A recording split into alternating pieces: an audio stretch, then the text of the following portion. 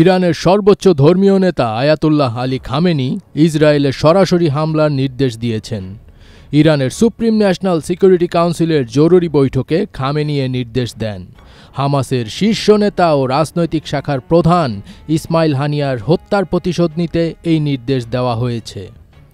এমনই খবর জানিয়েছে ইরান ইন্টারন্যাশনাল। ইরানের ৩ জন শীর্ষ কর্মকর্তার বরাত দিয়ে নিউ ইয়র্ক টাইমস জানিয়েছে, আয়াতুল্লাহ খামেনি ইসরায়েলে হামলার নির্দেশ দিয়েছেন। হামাস প্রধান ইসমাইল হানিয়া হত্যাকাণ্ডের পরপরই আয়াতুল্লাহ খামেনির উপস্থিতিতে বুধবার সকালে ইরানের সুপ্রিম ন্যাশনাল সিকিউরিটি কাউন্সিলের জরুরি বৈঠক হয়।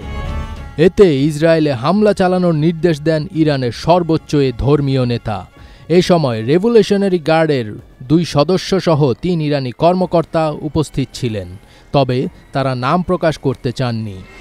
তেহরানে হামাস নেতাকে হত্যার পরপরই খামেনি ইসমাইল হানিয়ার রক্তের প্রতিশোধ নেওয়ার কথা বলেছিলেন। হানিয়া নিহত হওয়ার পর খামেনি প্রকাশ্যে বিবৃতিতে বলেন, ইরান এই হত্যাকাণ্ডের প্রতিশোধ নেবে, আমরা তার রক্তের প্রতিশোধ নেব, কারণ এই হত্যাকাণ্ডটি ইসলামী প্রজাতন্ত্রের ভূখণ্ডে ঘটেছে। এদিকে খামেনি ইসলামী রেভলিউশনারি গার্ড এবং সেনাবাহিনীর সামরিক কমান্ডারদের নির্দেশ দিয়েছেন ইসরায়েলে আক্রমণ এবং প্রতিরক্ষা উভয়ের জন্য পরিকল্পনা করতে। এমনকি মার্কিন যুক্তরাষ্ট্র ইরানে হামলা চালাতে পারে বলেও শঙ্কা প্রকাশ করেছেন তিনি। তবে এই বিষয়ে চূড়ান্ত সিদ্ধান্ত নেবেন ইরানের সশস্ত্র বাহিনীর সর্বাধিনায়ক ইমাম খামেনি। তিনি বিপ্লবী গার্ড বাহিনী ও সেনাবাহিনীর সামরিক কমান্ডারদের নির্দেশ দিয়েছেন আক্রমণ ও প্রতিরক্ষা উভয় ধরনের পরিকল্পনা প্রস্তুত করার জন্য। ইরান আশঙ্কা করছে, ইরান যদি ইসরায়েলে হামলা চালায় তবে তেল আবিব ও যুক্তরাষ্ট্র ইরানে পাল্টা হামলা চালাবে। ইসরায়েল হানিয়াকে হত্যার দায় স্বীকার করেনি, তবে একজন ইসরায়েলি এবং 2 মার্কিন কর্মকর্তা বলেছেন ইসরায়েল এই হামলার পেছনে ছিল।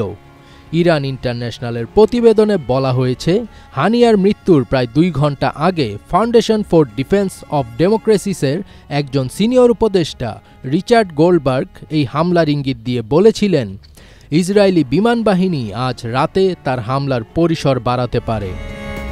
নিউ ইয়র্ক টাইমসের খবরে অবশ্য বলা হয়েছে, ইরান সহ কয়েকটি দেশের কর্মকর্তারা বলেছেন, হানিয়া যেই ভবনটিতে ছিলেন সেখানে ইসরায়েল দুর্নিয়ন্ত্রিত বোমা পেতে রেখেছিল 2 মাস আগে। সত্য যাই হোক না কেন, হামলাটি স্পষ্টতই ইরানের সার্বভৌমত্বের লঙ্ঘন এবং রাজধানী তেহরানের কথিত নিরাপত্তা ব্যবস্থার মুখে চপেটাঘাত।